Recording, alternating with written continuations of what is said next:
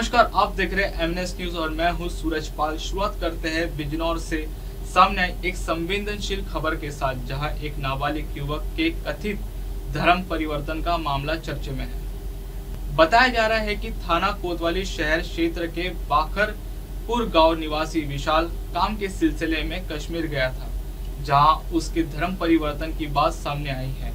इस मामले के बाद परिवार में चिंता का माहौल है।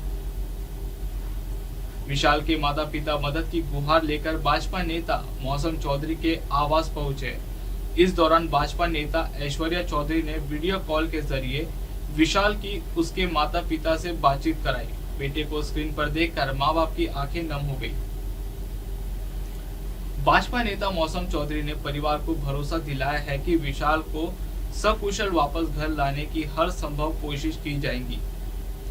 फिलहाल मामला इलाके में चर्चा का विषय बना हुआ है और परिवार अपने बेटे की सुरक्षित वापसी की मांग कर रहे हैं। आइए सुनवाते हैं भाजपा नेता मौसम चौधरी की बाइट।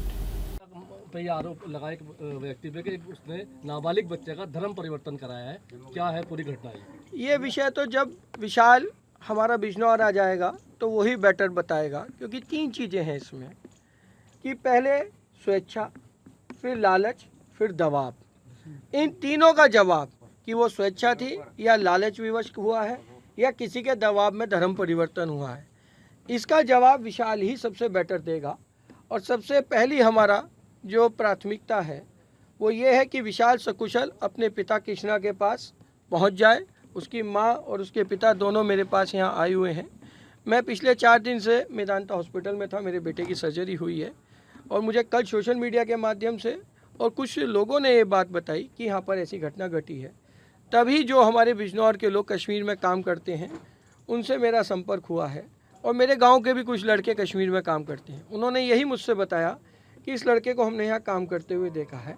और मैंने तुरंत उनसे इसी बात को, जब ये घटना सोशल मीडिया पे आई और ये FIR थाने पे लिखी जा रही थी, तभी हमारे गाँव के कुछ लड़के उस लड़के के पास गए और उसे लाने की बात कही तो उसने आने से पहले मना किया। और उसने ये भी कहा कि मैंने स्वेच्छा से ये धर्म इख्तियार किया है। पर यह बात कितनी सच्चाई है, वो किसके दबाव में ये बात कह रहा है, ये इन्वेस्टिगेशन का विषय है। वो किसके दबाव में उसने ये बात कही कि मैंने स्वेच्छा से करा है, या किस लालच में कही, या वो अब किस प्रेशर में है, ये सब तब बात तभी खुलेगी जब वो लड़का बिजनौर सकुशल पहुंच जाएगा। FIR है पुलिस की, उसमें ये तहरीर में ये मेंशन किया गया है कि वसीम नामक युवक उसे काम सिखाने के लिए कश्मीर लेके गया था। क्या रिएक्शन है आपका? देखिए, वसीम लेके गया था, ये बात मुझे कृष्णा ने भी बताई है। इस बात की पुष्टि हुई है कि 3 साल पहले ले गया था, पर उसके बाद कई बार वो बच्चा अपने घर बीच में आया है। ये बात भी इसके पिता कृष्णा ने ही अभी बताई है कि वो कई बार बीच में आता जाता रहा। इसमें वसीम का हाथ है या नहीं है, ये विवेचना का विषय है। वसीम का अलावा कौन है पीछे मोहरा, वो इम्पोर्टेंट है। मुझे वसीम इसमें इतना इम्पोर्टेंट नहीं लग रहा जितना कोई और बड़ी ताकत मुझे इम्पोर्टेंट लग रही है जो इस मिशन को चला रही हैं।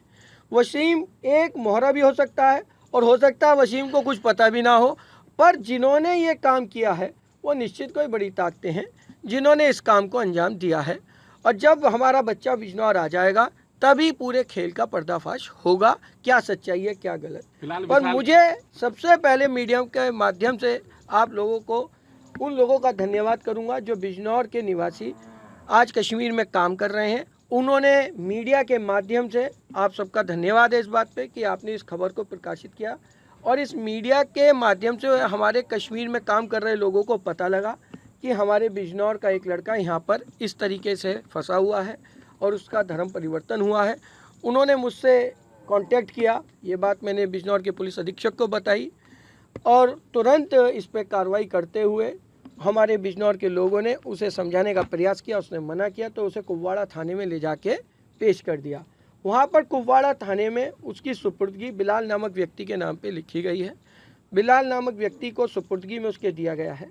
हमारी बिजनौर की पुलिस जब वहाँ पहुँचेगी सारी विवेचना करेगी इस बात की, और मैं आप ही के माध्यम से ये बात विश्वास में लेते हुए अपनी बिजनौर की पुलिस के प्रशासन को और सबको बड़ी जिम्मेदारी के साथ कह रहा हूँ कि इस विषय पे 100% न्याय होगा।